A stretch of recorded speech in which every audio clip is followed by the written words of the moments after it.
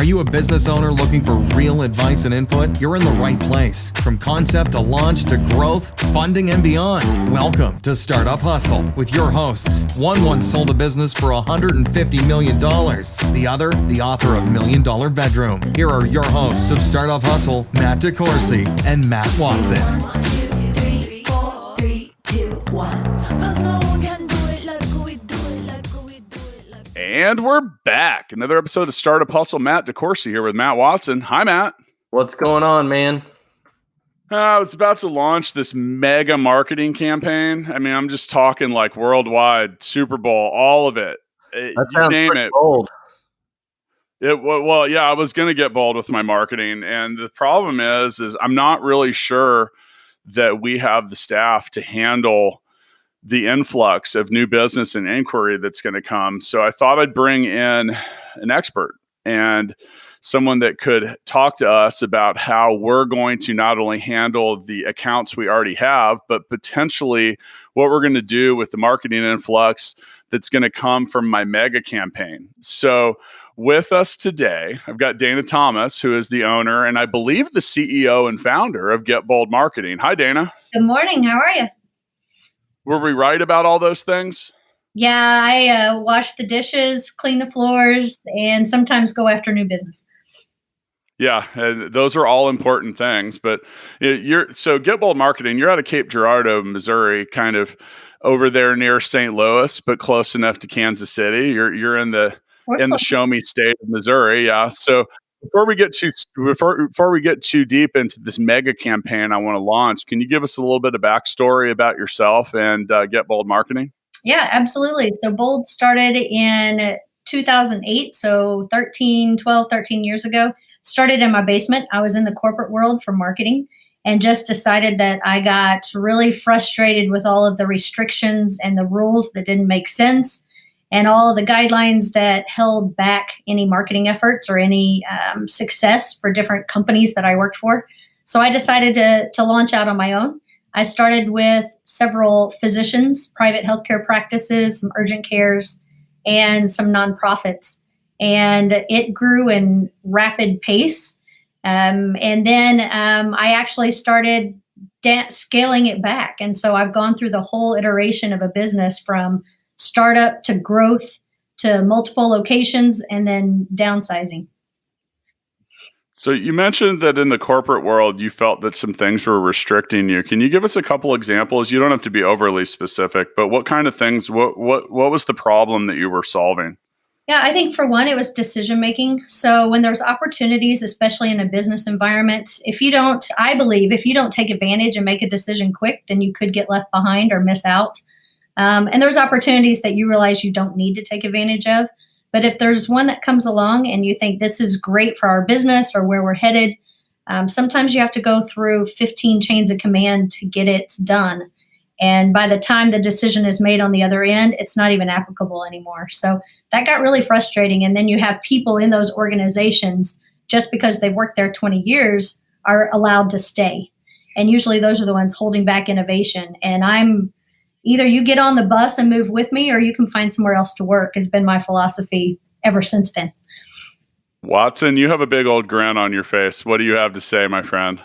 Oh, the comment about, companies that have these employees that have worked there forever, that they're not racehorses, they're not workhorses, they're just need to be put out to pasture, but nobody will do it. Mm-hmm. I just because you've been somewhere for a long time definitely doesn't mean you know what's best. I think that's fair to say. And then in some cases, it can also a lot of those employees can provide you with historical and organizational insight from some of the past failures. And then one of the things that we're going to talk about today is any business is out seeking new clients and customers, but so many aren't necessarily prepared to handle the ones that they have or aren't maximizing or growing the relationships with the ones that they have. So Dana, where do you want to start as far as like building your own internal sales culture and marketing culture? Where's a good place for us to start?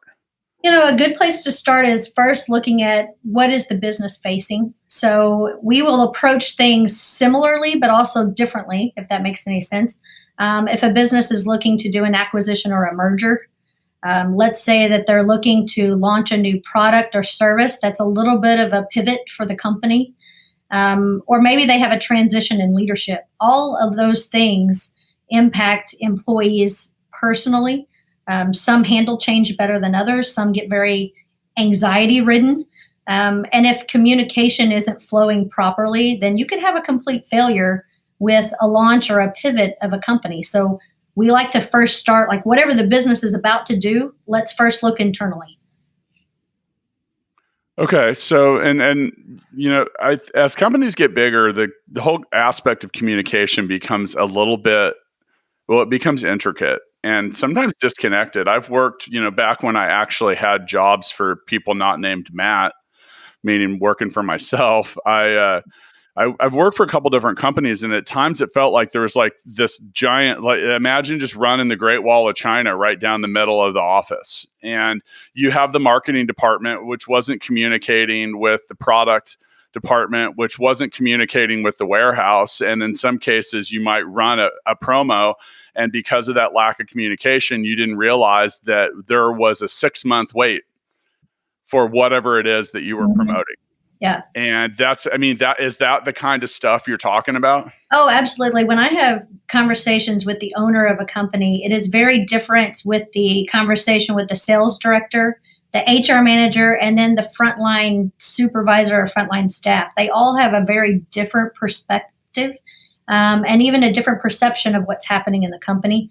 And that's where I think is your make or break point to growth, and doing growth successfully without it being so bumpy along the way. And that's what you would try to have happen. I've learned over these conversations over the last 12 years is that my business that had 4 people starting out to 26 people, now back to 13 people, is the exact same, or we have the same challenges that we face as some of my clients who have 3,000 employees and have been in business 40 years. So it's scaled differently, but we have the same challenges. Matt, recently, like within the last 12 months at Stackify, you've put an enhanced focus on account-based marketing. What are some of the things that you guys have figured out? Well, the hardest part with any kind of marketing is identifying who your target customer is. And for Stackify, our product is used by software development teams, which is literally millions of potential customers, right? All over the world. I mean, so we have customers in 60, 70 different countries, and which still is kind of mind-boggling.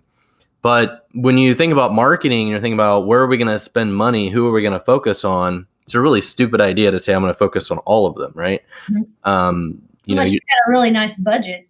Yeah, I mean, obviously there's a better ROI in some segments there. And that's the hard part of being an entrepreneur, is also forcing yourself to think that way, because we get up every morning and we're like, we want to solve all the world's problems. We want to help everybody, we want every customer, when you're actually better off saying, you know what, those 1,000 people over there are the absolute perfect people. And I'm going to do everything in the world to get those 1,000 people. But that's really counterintuitive to a lot of people. And that's been a hard lesson for us, is you're a lot better off to identify those 1,000 people and know, okay, we can win 80% of their business because we just have the absolute perfect product, instead of saying we're going to win 0.00001% of the million. Mm-hmm. Right? It's really hard.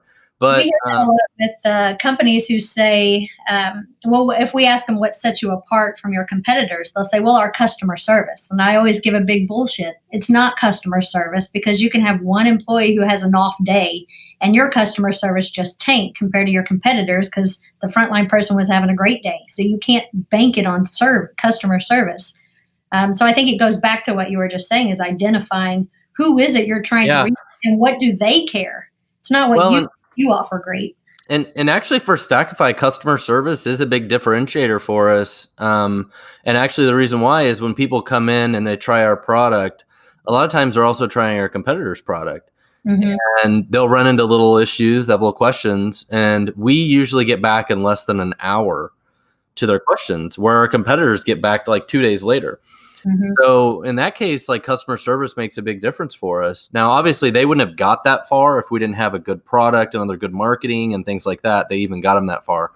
But for us, it's always just been the challenge of trying to identify who is the perfect customer for us. How do we find those people?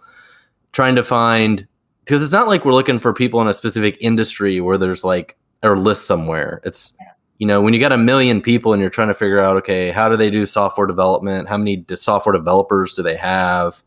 Type of product do they have? Like all this stuff.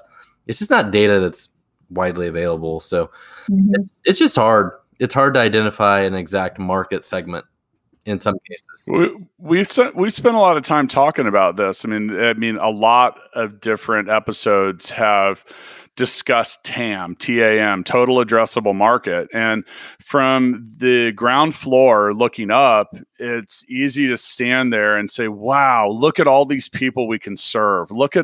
There's 400 million people in the US, you're like, wow, there's 100 million people that could use this. And then all of a sudden you realize you have to reach them. And I mentioned at the top of the episode, I was joking around about my mega campaign. Well, let's be realistic. Most of us don't have a Super Bowl ad budget. Most of us don't have that kind of stuff. There are very few companies and products that benefit from that wide of an array of customers. And they are like staple items like soda, food, restaurants, things that truly anyone can go to. And now you look at Stackify and application performance management, that would not be a very precise Super Bowl ad. I mean, you would be missing 99%. You would be lucky if 1% of those viewing were possibilities for receiving your message well. So Dana, is that how do we narrow down our total addressable market? We're getting ready to be able to prepare it internally, but we got to get it to the right people before we worry about not being able to handle it at the home office. Yeah, we typically go through a series with clients where we start talking about who's your best customer? Who's the one that's going to buy it without question because they're already aware of the product or your competitors. They're already aware, they're in the market, they're already searching for it. So there's a lot of ways you can find that individual. And we do the kind of the low hanging fruit, and we give that guy a profile. Like, his name is John, and this is what he believes, what he does, and how he acts. And these are the different steps we're going to use, and what % of the budget do we want to use to go after them. And then you go for your middle of the road that are those that you can easily influence, but you've got to influence them. So you have to do some education. You might have to go after their decision makers or give them tools to enhance their ability to sell it to the decision makers in their business if you're not going straight to the decision maker. And then what channels are they typically on? Is it digital? Is it social media, trade shows? How are we best going to reach those people?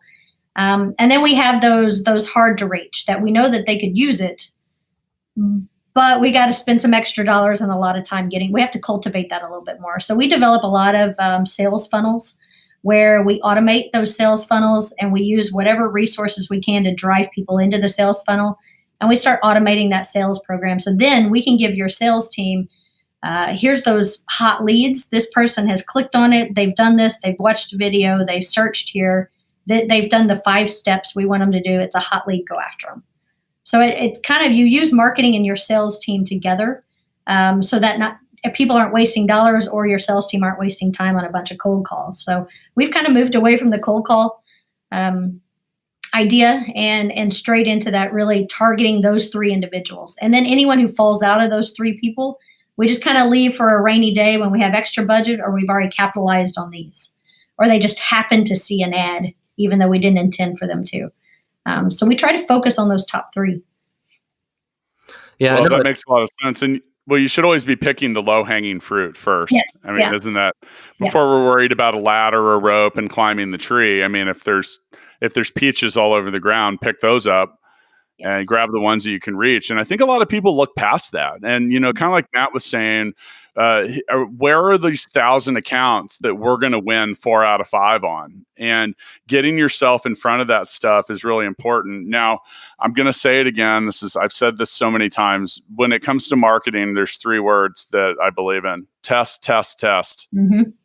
And you never really know. I think it's pretty easy to want it. You mentioned you have all these channels, so when I first started in marketing, that's when people were still reading newspapers. Yeah. Now I say, what's a newspaper? Mm-hmm. But, so I went through a transition where the people that I worked for at the time, I remember when the internet came out, and the guy that I worked for was literally told me the internet was a fad. And we didn't need a website. We didn't need all this stuff. And I was like, reading his newspaper right now. Well, because that is what had worked and what had always worked, and we shouldn't get away from it. But we were watching it fail. And, this is in 2007, right around the housing bubble and financial crisis times. But which when that happened, okay, so that was our last major milestone for financial upheaval. And it changed the way that people need to market. It actually affected Matt's business at the time, Vin Solutions, quite a bit, because the auto dealers that they served were looking for, all of a sudden they had to think a little bit more about what was a good expense and what wasn't.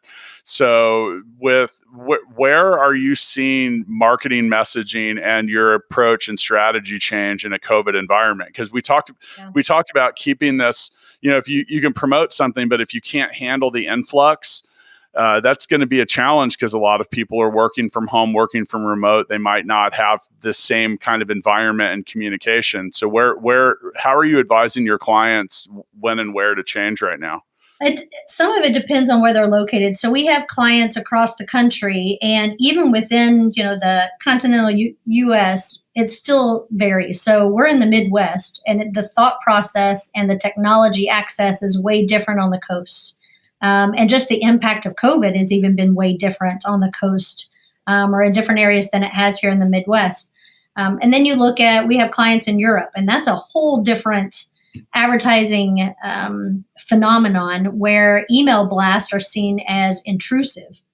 And so here in the US, you can send email blasts all day long and they can just opt out if they're not comfortable with it. So you have to know your market and the customers and where you're at, and adjust your offerings and your messages and even what channels you're using based on that market. And then when you look at a post-COVID, I think that businesses, or at least what we have seen, they're coming back saying, okay, we lost an entire quarter of sales. Let's make up for it. We still have the same goals at the end of the year financially that we had at the start of the year. So how can we make up a whole quarter of sales? Or do we have to just get the most out of it that we can? So we're dealing with a variety of issues where some are saying, let's blast it out and let's get it moving. We have other clients who are saying, let's still hold that budget for a couple more months because people in our industry aren't listening yet. So it's really hard to say a specific go after it here. What I have advised a lot of our clients to do that were kind of put on hold, because we have a lot of B2B companies. Our financial industry clients, they were booming. Of course, we had to just help them manage some of the loan requests that were coming in from a service standpoint. But our nonprofits and our B2B, they really have struggled over the last 3 months, some taking big hits if they were in the middle of a capital campaign or something, a major launch of a product. So what we've also asked them to do is step back and look internally. This is a great time to slow down. While everyone is either working remote or sales are down, take a moment to look internally and make sure that your team is where it needs to be. Do you have the right people in the right spots for the great game of business, if you ever refer to that? Get people in the bus and look at what can you do to streamline your sales department, your messaging, your delivery. Look internally. And I think as business owners, that's something we always know that we need to do. Yet we rarely have time because it doesn't move to the top of the hot list. So we're always putting out fires. We're always trying to make sure we're not missing out on an opportunity. And we know in the back of our minds, we have got to look internally at our culture and are we able to maximize on any opportunities that come up. So we've advised clients, take the time to do that now. And then let's bust out last quarter sales and see what we can make happen. So are you seeing, there's an old adage, you put your sails up when the wind's blowing. Mhm. And the wind isn't blowing in many parts of the sea right now.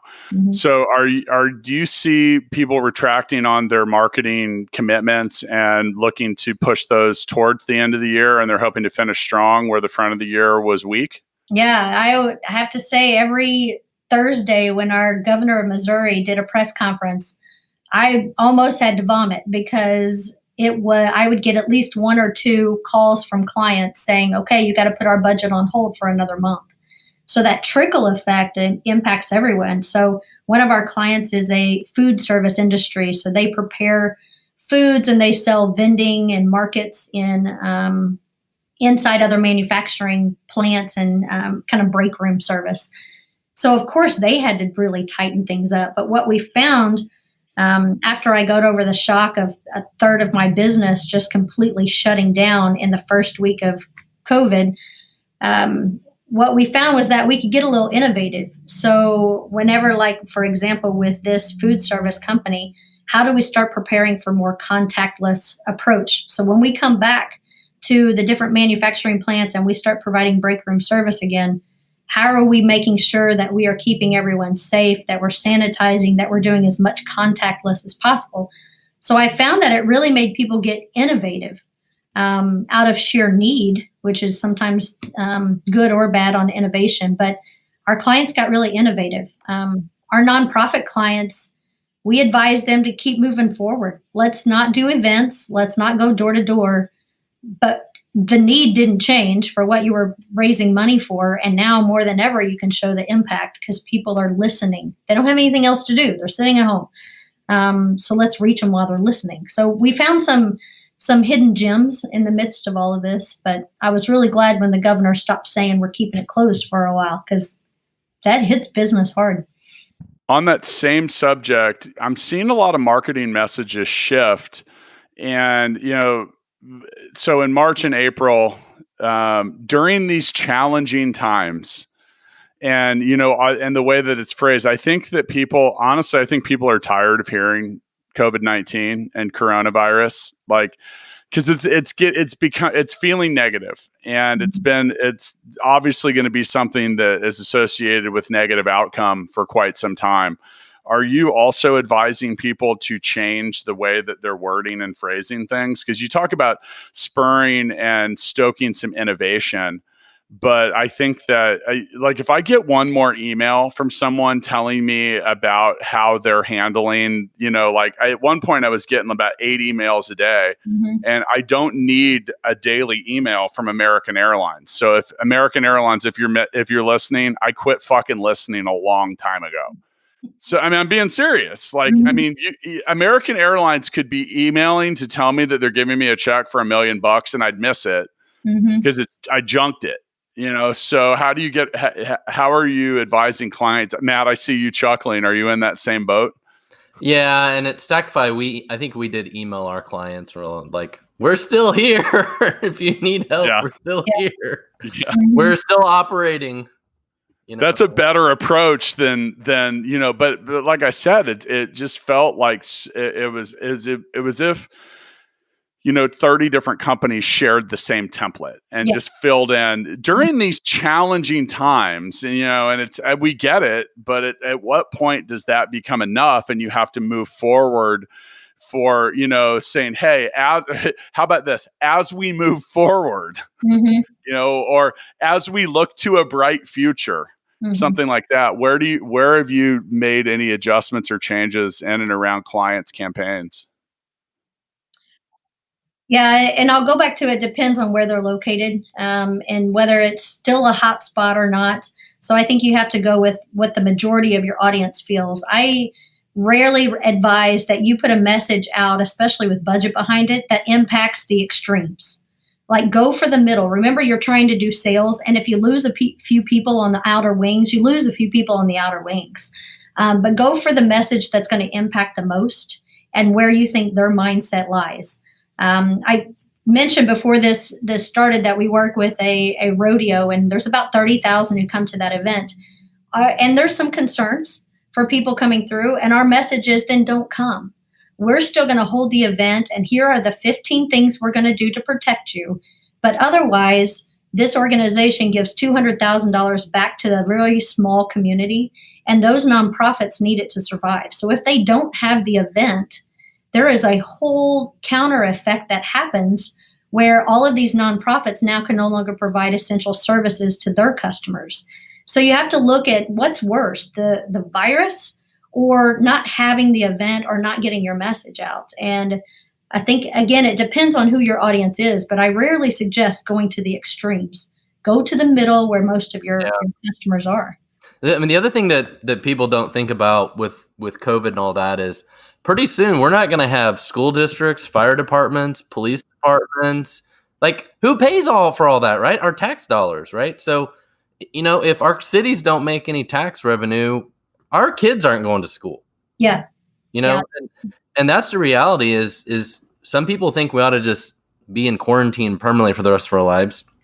That's a tough message to market though, Matt, because it's not as simple as like, we've talked in the past about when it comes to your marketing message and the way that you shape the facts around it and all that, like it has to be short and concise, and it's very difficult to put all of that in one line. Yeah. And that's the hard part. And then another thing too, it's much like Dana said is, okay, so when it comes to marketing for political stuff, and I really hate politics, I'll be honest, like I'm kind of cringing even talking about it.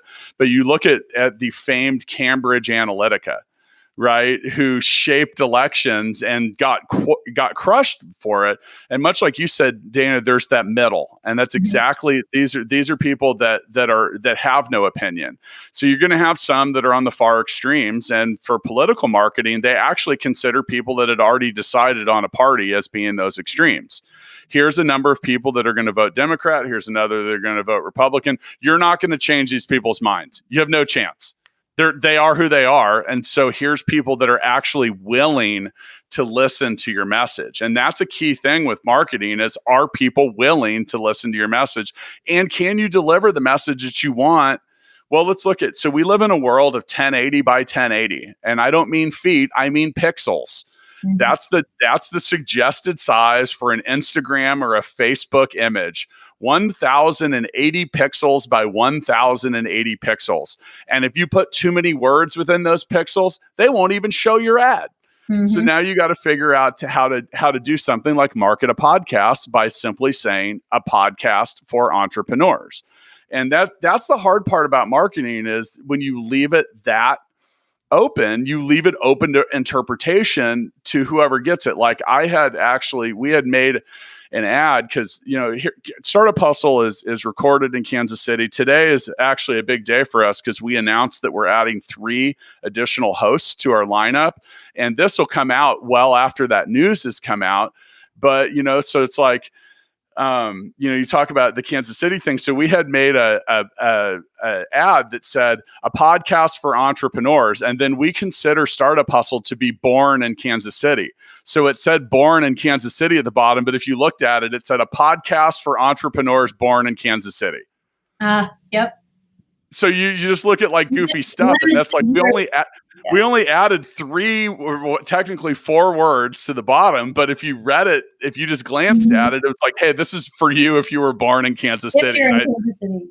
Yeah. Yeah. And I posted that, and then I was like, oh, doesn't look right. So like I said, there's that open to interpretation. Yeah, much like you said, 3 hours using words.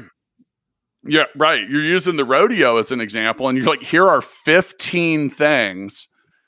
So how do you get that out there? And I Dana, I think that your approach is like, hey, look, if you're worried, don't come. Yeah.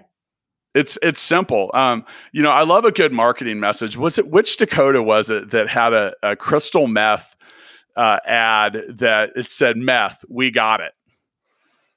And it went viral. Yeah. And it was like, it literally was either South Dakota or North Dakota, but it literally went viral because, it was like, they were just saying like, hey, look, we got a problem here. And, so sometimes a simple message can be much better than others. Okay. So now back to our internal culture. Okay, so we talked about support. I have worked at a company that I will not name that heavily marketed a product that didn't check with the supply chain, and we were out of it after like a week with about a 6-month wait coming and the ad everywhere. And that was a simple, like, it was a popular product, and the marketing department assumed that it was always forever now and forever be in stock. That would be a marketing fail. And actually, you even host a banquet. Was it Cocktails and Fails? Cocktails and Epic Fails. Yes. And all right. So we love talking about failure, right, Matt? Absolutely. Okay, so I just shared, I gave you an example, and like I said, I won't name the company, but I saw a product get marketed heavily that had basically had a 6-month wait for it to come in. What are some classic fails that we could create with a productive marketing campaign and an ineffective internal culture? Well, I think for one, just like you said, not delivering on the promise. So that's the biggest concern for me is, can you handle what may happen with your marketing efforts? And that's a little bit of arrogance on our side, saying, hey, what we do for you is going to produce great results. So let's step back and make sure it's going to work first. So that would be, in my mind, an epic fail if your sales team wasn't ready or your service team, because in fact, that creates that internal implosion. The other piece is if the company, your employees don't have buy-in. Let's say it's a new product and they don't have buy-in. And so then they can't even publicly support it, whether it's a service or a product that you're launching. If they don't believe in it, then it's not going to happen well either. And then I would say a third one is not letting your employees know before you launch it. I've had many examples where companies have launched a new product, service, a new brand campaign, something, and their employees are hearing about it for the first time through the TV ad or whatever it might be. So I think those are some things you have to step back and look at. Can we handle this? And then what's that chain of command for communicating any issues? So anytime you launch something new or you're doing a pivot as an organization, you're going to have some bugs. You're going to have some kinks to work out. And I think a big thing for us is looking at how do you talk that through the right chain of command so that it gets addressed and fixed and isn't repeated. And if you don't have that process put in place first, then you're going to have a lot of unhappy customers on the outside and a lot of frustrated internal employees because they don't know what to do. They're not empowered to make the change that they need to. So those are some key things when we're looking at businesses. And one of the books that I read back in the early days of my business was Blue Ocean Strategies. And I don't know if you've heard of this, but I actually structured my business around this concept. And so just a quick review of that. So you look at, if you're in a marketplace and you're providing the same service or the same product as many other companies, you end up in a red ocean. Eventually, you're all either trying to do better service, which means you need more people, so your overhead is more, or you're trying to compete on price, which means everyone dies in the end because you can't make a profit. And so you end up in a red ocean. There's a bunch of sharks, everybody just going after each other, trying to undercut each other. The concept of Blue Ocean Strategy is that you move into a new market of uncontested space. So you remind people, or you tell people you need this before they even realize that they need it. So Apple did a good job with this with the iPhone. We didn't know we needed iPhones until Apple came along and told us that we needed 6 upgrades every 2 years. And then Starbucks kind of did the same thing with their business. So I try to help not only my own company, and we've pivoted 3 times over the 12 and a half years to do a new uncontested market space when we started feeling competitors creep in. And I think that that's something that companies have to look for too. Are they launching, putting all this effort behind a product that's just not going to get them anywhere? So making sure that they're looking at their competitors and what field they're in, as well as internally. I'd like to iterate on some of the things you mentioned. You talk about not being prepared. Like, we're in a world, a golden age of connectivity, and software platforms, CRM, sales, anything that you use to manage your business everything from inventory management is really sophisticated at this point compared to where it may have been 10 years ago. Now, 20 years ago, it might not have been uncommon to launch a campaign. Whatever. Yeah. Yeah. Well, you could launch it and, you were waiting for a fax to come through, that might have had, hey, this is this month's promotion, 6 months, same as cash, this, and this. And you were relying on that being pinned to a bulletin board or copied and passed out to a room of people that were answering phones or making calls or something like that. And, common failures that you could run into today might be like not putting specific payment terms or options into whatever system you use to take, make sales through. If you're an e-commerce merchant, it might be like advertising that you had a specific discount, but not activating it in your store. Yeah. And I mean, these things happen. Like they happen because if they're two, and that's what happens when your departments get disconnected. So, there's a whole bunch of different things. And, we at Full Scale, and I guess we should probably mention, Matt, 33 minutes in, that this episode of Startup Hustle is brought to you by Fullscale.io, where we will forget to read our own sponsor line in our own in a marketing episode. Epic fail right there. Epic fail, right? So Fullscale.io. There we go. We got here's a testimonial. I use Full Scale for a software that we're developing, and I've used them for 1.5 years, and they are fantastic. I have used local, I have tried others, and Full Scale delivers. Guaranteed. Awesome. Thank you for that plug. Yeah. Well, thank you for making up for my inability to read my own sponsor line. That's right. I start talking about sales and marketing, and I get excited and I blow past the maybe you need stuff. me for marketing now. Maybe see, I just hooked you up right there. Maybe. One of the things I wanted to mention in my career on the software side has always been trying to figure out how to work with marketing. And does the marketing team always promise a bunch of shit that we don't really do? Mm-hmm. And then the development team, and it's a sales and marketing combination, both, right? Like the salespeople and the marketing team are always out there making up all this shit that we don't do. And then somehow or another, we got to magically deliver this crap that we don't really actually do. Yeah. That is always an interesting dynamic. And at some degree, you want sales and marketing to be out there to be the tip of the spear a little bit, right? Of trying to figure out, okay, should we build this functionality? Should we do this? We should do that. Some trial and error. Mm-hmm. But that's always like a delicate balance, and I had a lot of problems before where the sales team's just out promising crap we don't do. And now we got to work all weekend to make up this crap. Like it's a never ending problem. Mm-hmm. Well, I saw this with a very popular national hardware company brand, I won't name, where they said if you make an online order, it's guaranteed in 2 days.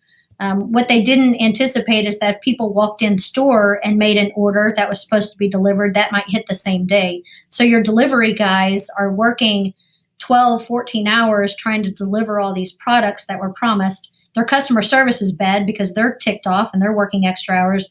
And then when they got back, HR hammered them for having overtime. And so it was this vicious cycle of everyone's caught in the middle and no one really knows what to do. It never occurred to them to go back and change the marketing message or put a caveat in there. So I think sometimes marketing is the last to be addressed, and you're trying to work internally to accommodate, like you said, but really you just need to go back to your marketing team and say, change this, fix this. This is not something that we can do, or maybe it's worth doing, but you got to have time to explore that and put it in place. Well, and it gets harder as you get to be a big company. We had these problems at Bin Solutions where it's like, okay, if we want to sell this new widget or this add-on or change the price, it's like trying to re-educate all of sales and marketing on our website and like how we quote things and the pricing was like a giant exercise. Yeah.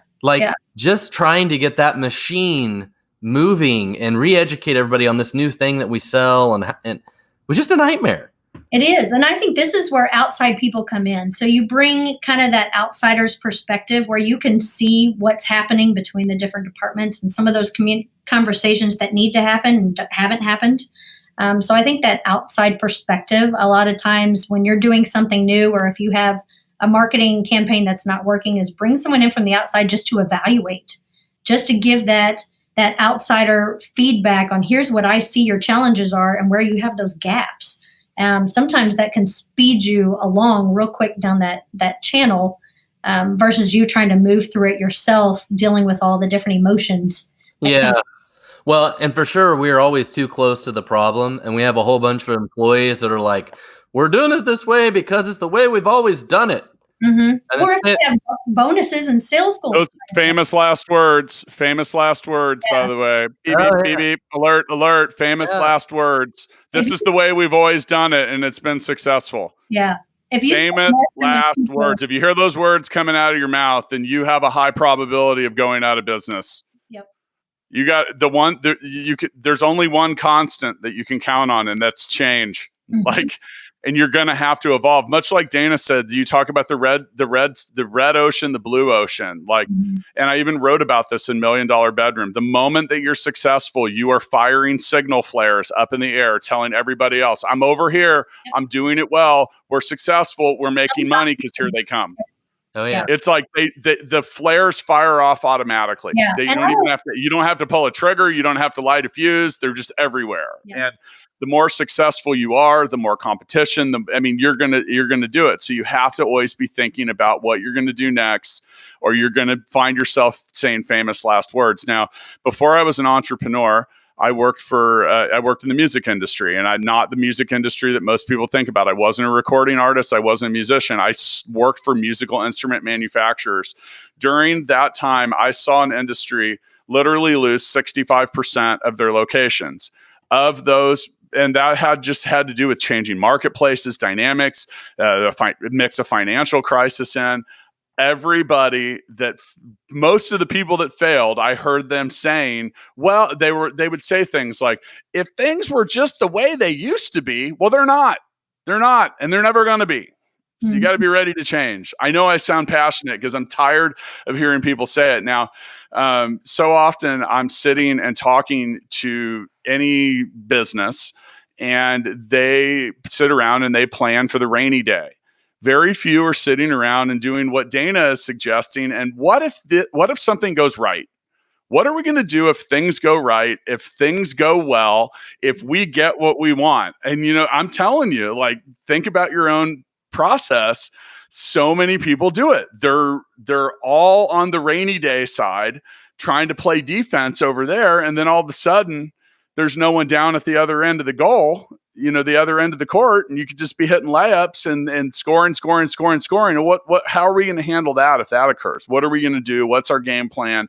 You talk about being able to deliver. It's all really important. So once again, with us today, Dana Thomas, the CEO, founder, janitor, dishwasher, marketing technician, and lady in charge of Bold Marketing. You can go to getboldmarketing.com. Dana, I have a feeling you can help people about wherever they're at. So whether you mentioned working with companies in Europe or right here in the Midwest or anywhere. So I'm assuming any of our listeners can reach out if they want to get a little input from you. Is that correct? Absolutely.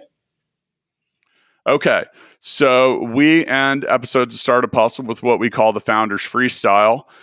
Feel a little bit of a marketing twist coming on today, Matt. Do you want to go? Matt, do you have a coin? I do. I got one. Okay. So heads, we'll talk about wins. Tails, we'll talk about fails. Flip that thing. Heads. It's heads? Heads it is. Okay. So we're going to talk about a marketing victory. Matt, do you have any, in lieu of the Founders Freestyle, what's something that you've done to be a successful marketer in the past? Well, for me, it's easy. It was content marketing. And Dana mentioned it earlier. There's a lot of people in this world that hate advertisements. They hate spam. They hate all of it. And my customer base at Stackify is absolutely those people. But if they have a problem, they go to Google and they search for it. And if you show up on the first page of Google, you'll get some traffic, you'll get some interest and some leads. And so that was the big one for me, was making the shift to that. Content marketing has been wildly successful for Stackify. We get millions and millions of website visitors a year from that. And it drives a lot of our business. So highly recommend it. Yeah, and Matt, I got to give you a thumbs up because it was when I was interviewing you for $1 Million Bedroom, and you were telling me, Matt, sitting there, and we're sitting at a little breakfast cafe, and he's like, "Man, I'm so tired of paying Twitter and Google and all these places for all these CPC ads. I think I have a plan for getting us off of that." And I said, these cost per click ads, I compare them to crack because they're really expensive and they get you high really fast and then leave you wanting more. Mm-hmm. And that's exactly what it is. So Matt was explaining to me how Stackify was going to roll out a long-term content marketing campaign. 2.5 years later, what you get 900,000 to 1.1 million visits a month. Is that within range? Yeah. Yep. So what would a million organic hits to your website do every month? So just think about that. Now, all right, Dana, you're up. From a marketing success, is that what we're on? Yeah, we heads. So okay. tails was fails. We kind of advise, we don't do a whole lot of retail marketing just for that reason, because you have to constantly have, you're always in crisis mode, and it's hard to step back and track that. So when we look at getting new customers, we always go with a very targeted approach. I'm a big fan of getting rid of not all the traditional media, but minimizing your budget for traditional media and going towards very targeted approach. So a few years ago, we wanted to go after healthcare CEOs. And whenever I would call, they were always out to lunch. It could be 3 p.m, and the CEO was always out to lunch. And so we did a very direct targeted campaign where they had to sign for it. And the first week they got in a nice box, a rubber steak on a china plate, cloth napkin, as said, "Are your current marketing efforts as satisfying as chewing on a rubber steak?" Didn't have our name, nothing on it. And then a week later, they got a bottle of barbecue spices, and it had, like the bold blend on it. Again, no information about us. And then in week 3, they got an actual dry ice T-bone steak, and with some message about it's time for us to meet. So the whole purpose of that was just to get the phone call. It wasn't to win them over. You can't do that on a targeted campaign. And so it was just to get the phone call. And with the 10 that we sent out, we signed 4 of them up as clients, but I got phone calls with all 10.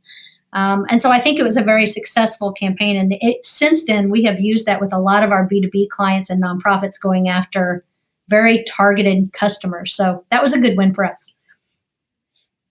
Yeah, that sounds like it. I would have replied to that because it was actually clever and different. And so, Dana, you mentioned blue ocean, red ocean. I've made a living in the blue ocean. And you talk about now that those blue oceans turn red in a hurry. Yes. But you talk about just trying something different. And, it's a noisy world. And there's a lot of marketing out there. If you listen regularly, you've heard me tell you that the average newspaper in a city could cover every surface in the average American home. So now, and then remember, those pieces of paper are 2-sided. So now you have to go find your ad in your house that's somewhere, and it might not even be showing. So how do you stand out? How do you, in digital media, the same way, you have the flashcard rule. Like however long you might see a flashcard is how long you're hoping the impressions that you've made actually last. So I've tried a different approach. I'm a big fan of experience-based marketing, much like you sent someone a steak. I think one of the things that we've done in the last couple of years, well, first off, the podcast hasn't hurt.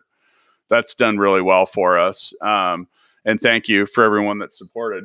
The same way that Matt mentioned, producing content that actually matters, meaning like it's not just overly shilly. Like, let me throw myself under the bus. I waited till the 33rd minute to actually mention ourselves as the sponsor.